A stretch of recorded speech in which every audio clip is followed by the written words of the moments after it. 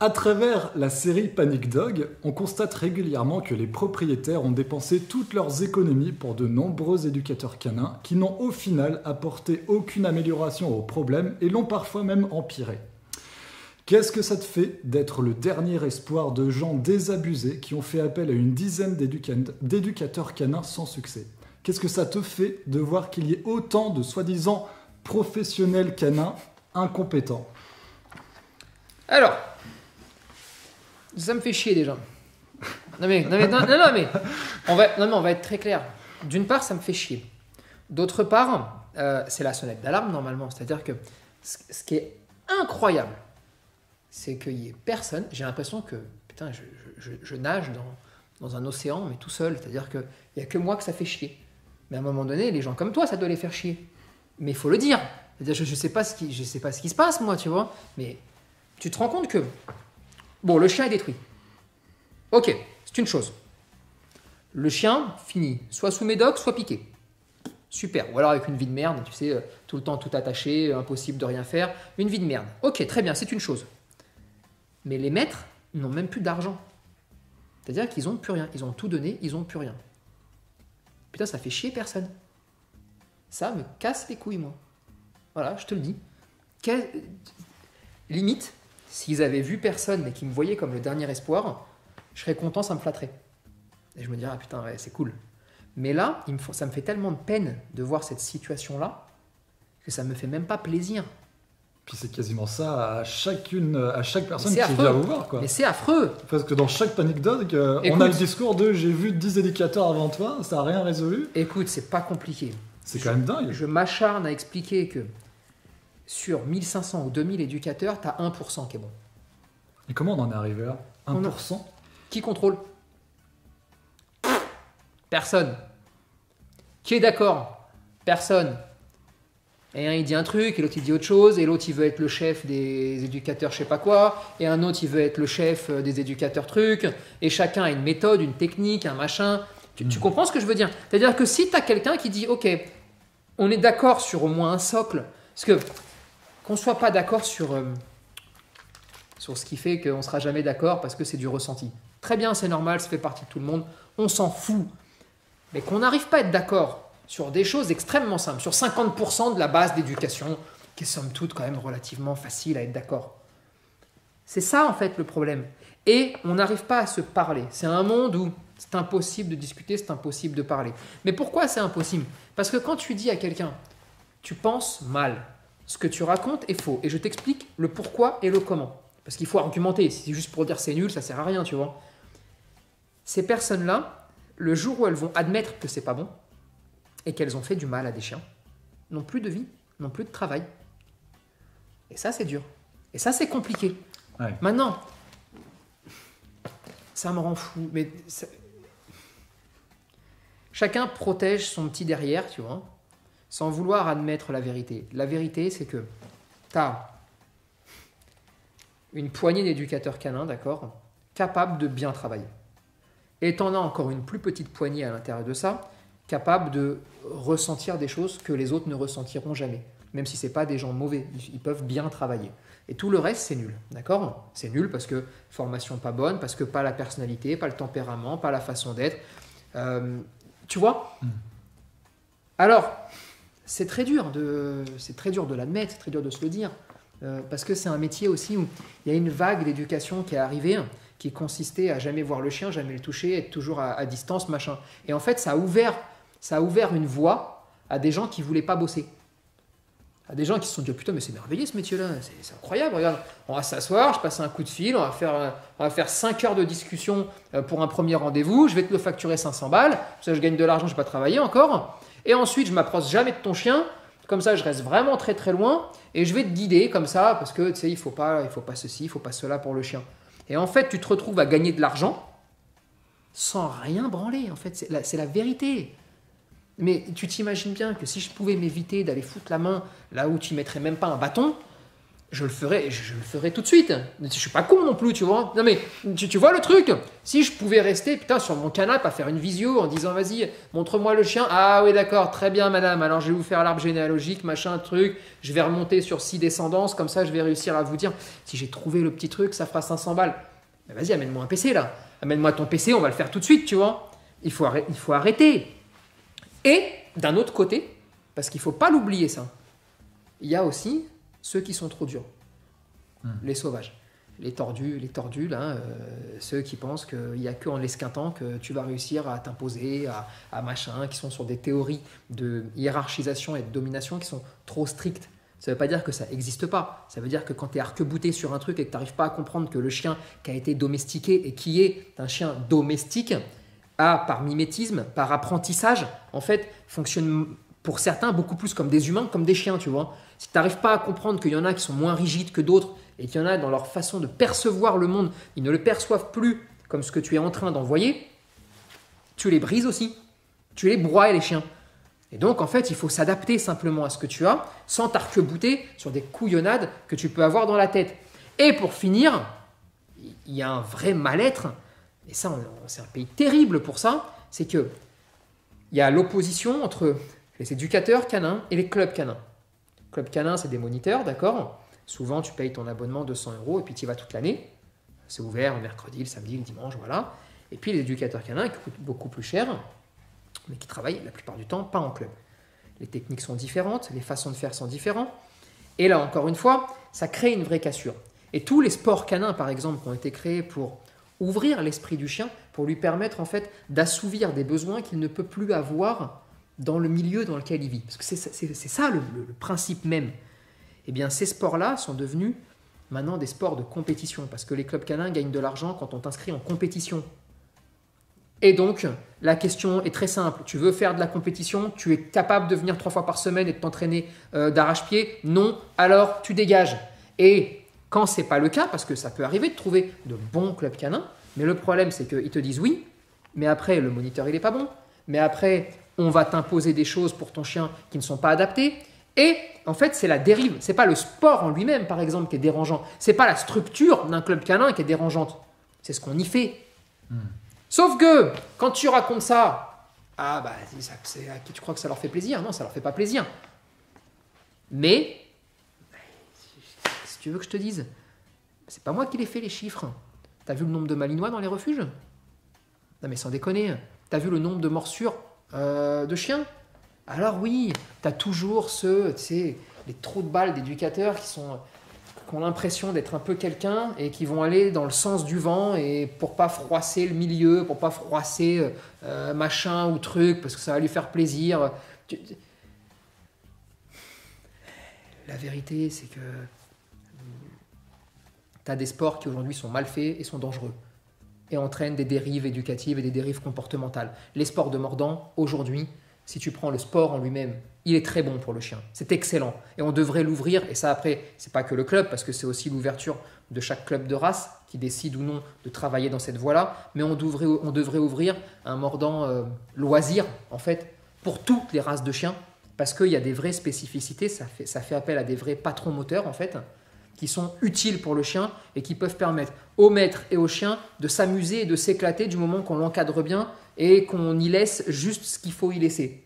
Et ensuite, on devrait ouvrir une section plus professionnalisante, d'accord, avec des gens qui veulent faire de la compétition. Et là, il faut les surveiller pour pas dériver et pour pas qu'on franchisse un cap, d'accord?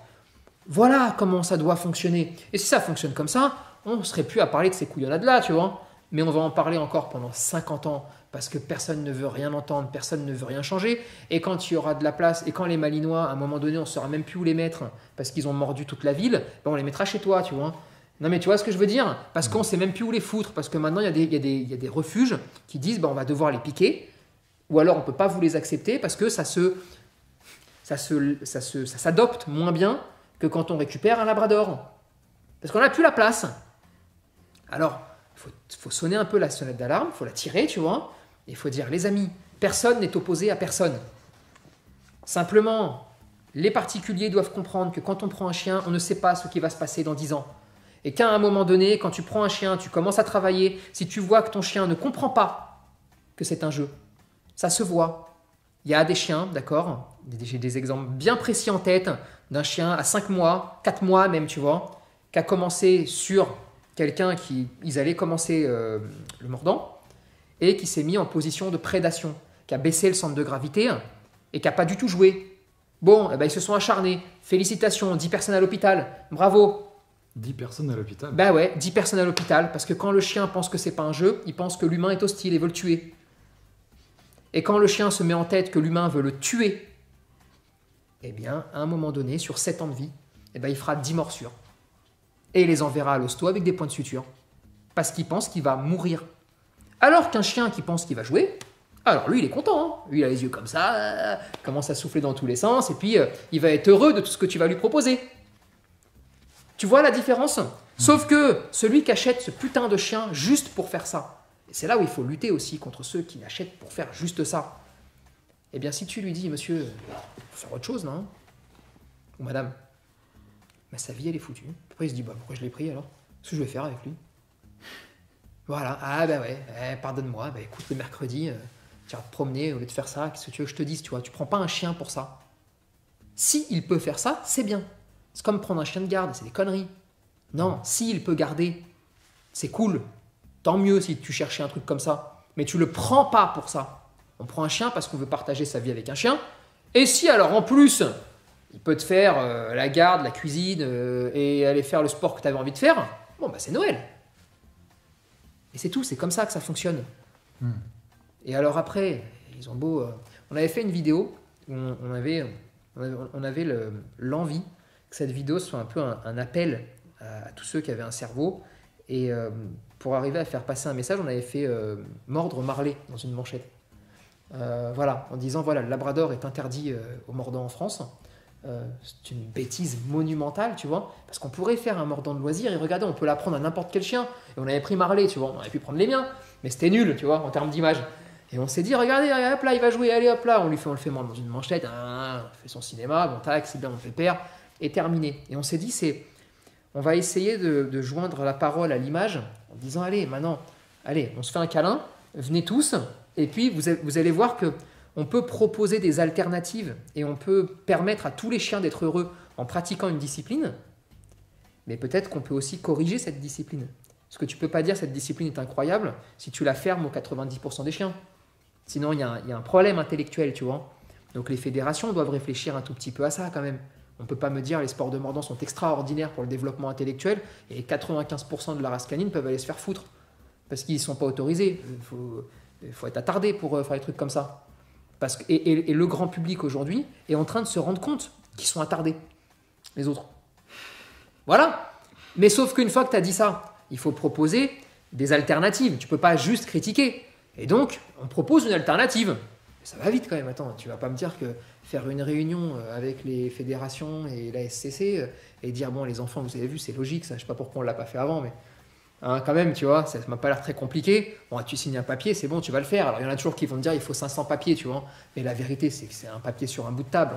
C'est pas l'ONU non plus. Hein. Non, mais on va pas déclarer la guerre à Mars. Hein. Tu vois le truc. Il faut simplifier un petit peu ça. Il faut avoir le sourire quand on fait les choses. Il faut comprendre les choses. Moi aussi, j'ai fait ces sports-là. Moi aussi, j'ai fait des choses. Et mal, des fois. Parce que je pensais que c'était bien. Mais sauf qu'après, tu prends un petit peu de recul. Tu dis, mais non, je suis complètement taré. Il faut être fou, il ne faut plus regarder ce qu'on fait. Et allez, mais ça, on n'y arrive jamais. On n'y arrive jamais. Voilà. Et les écoles du chiot, t'en penses quoi? C'est quoi une école du chiot pour toi? Une sorte de club canin où super, top, c'est bon. Non, stop. Tous les chiots avec stop. L'école du chiot, c'est l'école de la vie. Tu veux un chiot bien? Bah, tu l'amènes dans la ville, non? Il va vivre où? Dans un club canin toute sa vie? C'est quoi le but d'un... Ils vendent ça comme socialiser dès le plus jeune âge avec d'autres ses congénères qui ont le même âge. Ah, super. Et alors, déjà, milieu fermé. Tu es dans un milieu clos, altération des réactions. Ça, c'est la première des choses. Deuxièmement, c'est pas la vraie vie. Troisièmement, ils sont toujours laissés à l'abandon. Il n'y a jamais un adulte ou deux ou trois. Parce que tu sais, c'est pareil. Hein, quand on te dit oui, il y a un adulte, ah, d'accord, ok, pour 50 chiots. Bon, bah là, d'accord, t'imagines l'adulte complètement dévasté. Donc, il faut qu'il y ait un nombre. Ensuite, quel est l'adulte? Stable ou pas stable? Et ensuite, c'est quoi la vraie vie? La vraie vie, c'est aller se promener avec ton chien. Un coup en forêt, un coup un coup dans un champ, un coup en centre-ville. Voilà des voitures, voilà des chiens en laisse, tu n'as pas le droit d'y aller. Voilà des chiens sans laisse dans un endroit où je peux te détacher ou te mettre en longe, tu as le droit d'y aller. Ah, très bien, j'ai compris, j'ai fait les connexions. Voilà une rencontre, voilà une deuxième rencontre. Ah, tiens, regarde, le chien de machin. Hop là, viens, on va jouer avec. Allez, on continue à avancer, tu as marché, toi, tu t'es développé. Le chiot a découvert la vie. Voilà, et pas un endroit aseptisé, fermé, où il n'y a rien et où il va rencontrer d'autres chiots comme si les chiots entre eux étaient capables de s'éduquer. Non, mais t'imagines un petit peu, c'est comme à la maternelle si tout le monde se barre et que tu laisses les enfants tout seuls. Faut être barjot, et alors encore plus barjot ceux qui disent non mais attention, il y avait l'éducateur. Ah bah super, attends, Dieu merci qu'il n'était pas au bar non plus, tu vois. Non mais tu vois le délire. Non, sans déconner. Il y en a plein qui existent. Mais non mais tu te rends compte un petit peu comment c'est facile. C'est-à-dire que là, tu mets un endroit, tu mets que des chiots, donc tu n'as aucun risque de bagarre ni quoi que ce soit. Ils sont trop petits, ils ne peuvent pas faire de dégâts, ils vont s'engueuler entre eux, mais ils ne peuvent pas faire de dégâts. Et toi, tu t'installes, tu parles avec tout le monde, si en plus tu as quelques paquets de croquettes à refourguer, sépare ici les 20 kilos de croquettes. Qu'est-ce que tu veux que je te raconte? Ouais, bénef. Mais c'est comme les éducateurs qui ont des chiens et qui te disent le chien régulateur. Hein. On va y venir. T'es trop pressé. Alors, une autre sous-question dans cette question qui m'est venue à l'esprit. Non. T'as dit il y avait 52 questions, pas des sous-questions non plus. Il est sérieux celui-là ou quoi? Les sous-questions, les sous-sous-questions. Attends, j'ai encore une autre question sous la table. C'est la dernière de cette alinéa B, alinéa C. Je rigole pas, mais avant je faisais des petits A, petits B dans les nombres de questions aussi, pour les sous-questions. Non mais là, ça m'est venu à l'esprit. Est-ce que pour toi, un éducateur doit être forcément aussi comportementaliste ou il peut juste être éducateur? Parce que en fait, il y en a qui se disent je suis que comportementaliste, d'autres qui disent je suis que éducateur. Il y en a certains qui se vendent comme éducateur comportementaliste. Et j'ai l'impression que le terme comportementaliste, c'est assez récent finalement. C'est valable que pour les vétérinaires normalement, d'accord? C'est une spécialisation du vétérinaire, ok? Ça n'a aucune valeur si ce n'est marketing et en termes de référencement. En fait, c'est des fois, tu vas marquer éducateur canin comportementaliste. Parce qu'en fait, Google ne te ferait pas ressortir s'il n'y avait pas le terme comportementaliste, d'accord? C'est vraiment une question de référencement, là. Même pas de marketing, c'est du référencement pur et dur. Même moi, ça m'est déjà arrivé de le faire sur l'ancienne boîte, et là, sur celle-là, avec Esprit Dog, peut-être même aujourd'hui, tu vois. Parce qu'en fait, sinon, tu ne ressors pas. Maintenant, alors on va être très clair, un éducateur canin est forcément comportementaliste. Forcément. Alors, là encore une fois, tu as tous ceux, oui, mais non, parce que tu te rends compte, l'éthologie du chien n'a pas été étudiée par machin. Très bien, ok, on peut jouer de la flûte à qui tu veux. Mais la vérité, c'est que si tu n'es pas comportementaliste, c'est-à-dire si tu n'es pas capable de lire, décrypter et comprendre le comportement du chien quand tu es éducateur canin, non mais des fois il y en a, ils méritent des baffes dans la gueule. Non, la vérité, hein, parce que quand ils sont capables de sortir des trucs comme ça où je suis juste comportementaliste, merci, bisous et rentre à la maison. Non mais c'est extraordinaire, tu vois ça quand même. Tu te rends compte un petit peu de la folie dans laquelle le monde canin est. Bah j'en connais hein, qui se vendent que comportementalistes et qui du coup ces gens-là se droguent. Sont payés à faire quoi? À décrire ton chien. Mais ils vont pas te dire les méthodes d'éducation. Mais non, mais c'est vrai en plus. Pas plus tard que la semaine dernière, j'en ai croisé un. Sur Internet. Et à l'inverse, il y a des éducateurs canins, j'en ai également croisé, qui savent pas forcément lire un chien, mais qui connaissent par cœur les méthodes traditionnelles d'éducation. Et tant pis, si on l'a pas compris avant, hop, on va passer par... Enfin, tu vois ce que je veux dire, tu vois. Ah ouais. Non mais, je vois ce que tu veux dire. C'est pour ça que la France a le record d'Europe d'abandon. Et qu'on est encore en train de chercher parce que... Non mais c'est là où franchement des fois t'as envie de finir alcoolique, hein. Non mais je te jure, hein. Mais des fois je picolerais, je prendrais une bouteille de whisky, je la foutrais sur ma tête, tu vois, même pas je la bois, tu vois, je la mets sur ma tête. Est-ce que tu te rends compte que on cherche pourquoi on est dans la merde? Pourquoi il y a autant d'abandon? Pourquoi il y a autant de ceci? Alors qu'il n'y a jamais autant d'éducateurs canins partout. Et on cherche. Mais la réponse, et ça c'est bon pour tous ceux qui te regardent, hein. Mais la réponse c'est eux qui l'ont. Moi, j'ai toujours dit, c'est le public qui a la réponse. C'est vous qui allez faire le tri. C'est pas moi. C'est pas toi non plus. Hein. C'est eux. Il n'y a qu'eux qui vont faire le tri. Il n'y a qu'eux. À un moment donné, quand quelqu'un te dit « Moi, je suis payé pour l'observer. » Bon, par contre, après, démerde-toi. Hein. Je sais pas comment on fait, moi, après. Hein. Non, mais si cette personne-là, tu lui fous pas un coup de boule, qu'est-ce que tu veux que je te... Non, mais Mais non, mais ça s'appelle une arnaque. Ou alors le meilleur métier du monde si tu as envie de ne pas travailler, de gagner de l'argent et d'arnaquer les gens. Tu appelles ça comme tu veux, mais c'est terrible. Après, l'éducateur canin qui te dit non, non, moi je m'en fous, je comprends rien de toute façon, donc, tu sais, j'avance comme un robot, et puis s'il n'a pas compris, tant pis, il n'a pas compris, on passera à l'étape d'après. Mais ça, c'est l'éducation. Ça sans déconner, ça n'existe pas, ça. Ça n'existe. Non, mais ça existe, mais ça ne doit pas exister. Et alors après, il n'y a pas besoin d'aller chercher bien loin, savoir si ça va ou si ça va pas. Ça va pas. Ça va pas. Alors maintenant, peut-être qu'un jour, il y aura quelqu'un qui va avoir la lumière qui va s'allumer dans la tête et qui va dire ah ouais tiens, même si je l'aime pas, le gars d'Esprit Dog, peut-être c'est pas trop con quand même ce qu'il raconte là, tu vois. Alors peut-être on peut donner un petit coup de main en disant ouais c'est bien, ouais quand même, il y a peut-être raison là-dessus, tu vois. Mais non, mais après, tant que ce petit monde se défendra entre eux, Et alors, si on pousse à l'extrême au niveau du comportementalisme, qu'est-ce que tu penses des psychologues pour chiens? Est-ce que c'est une arnaque ou pas? C'est également assez récent et il y en a de plus en plus, surtout dans les grandes villes. Alors, finir alcoolique avec ces conneries. Je pense que c'est une arnaque extraordinaire, d'accord? Parce que je pense que l'éducateur canin, tel que moi je l'entends, est comportementaliste, psychologue, psychiatre, il fait des trucs, ce que tu veux, il lit dans les pensées à distance, il lui fait faire des hot dogs, j'en sais rien, ce que tu as envie. Tu comprends ce que mais mets-leur des coups de boule quand tu... Non mais si tu croises quelqu'un un jour avec tes chiens qui te dit moi je suis psychologue, je vais pouvoir vous décrire pour 400 balles ce que fait votre chien, et alors là tu vas voir, parce que non mais c'est extraordinaire ces gens-là, parce que tu sais il va se gratter une oreille, oreille droite, là je pense qu'il a un problème de confiance en vous monsieur, ça fera 400 balles. Non mais t'imagines, on en est à des délires, c'est des délires, et des métiers comme ça il va y en avoir de plus en plus. Parce que c'est des ouvertures extraordinaires pour des gens qui sont la plupart du temps désespérés, parce qu'ils veulent vraiment bien faire pour leur chien. Donc moi, j'en voudrais jamais aux gens qui se font arnaquer. J'en veux aux gens qui arnaquent. Parce que quand tu es dans le désespoir, quand tu es dans la merde, tu crois en n'importe quoi. Non, mais tu crois en n'importe quoi. Tu vois le truc? Mais il faut le dire, c'est n'importe quoi. C'est aller chez quelqu'un qui a envie de travailler, aller chez quelqu'un qui prend du plaisir à être dans la merde avec vous. Non, mais parce que c'est... Non, mais tu crois... Non, mais putain... Tu sais, quand ils viennent en formation, les élèves, ils se posent une question là aujourd'hui, qui est une question que je pensais que jamais dans ma vie quelqu'un pourrait se poser, c'est pourquoi c'est toi qui nous donnes les cours? Qu'est-ce que tu fais encore là alors que tu pourrais mettre des gens à ta place? Et toi, tu sais passer pour déambuler, tu sais, 2 fois dans la formation pour dire salut, coucou, et puis tu sais te barrer et tranquille, tu vois. Mais la vérité, c'est que moi je kiffe. Mais je kiffe quand c'est la merde. Moi, je peux t'assurer que quand... Très bien, merci beaucoup. Merci pour ton intervention en tout cas.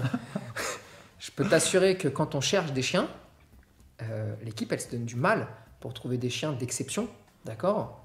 Pour que ce soit excitant, pour que ce soit passionnant, pour que tu saches que quand il va arriver, c'est le bordel.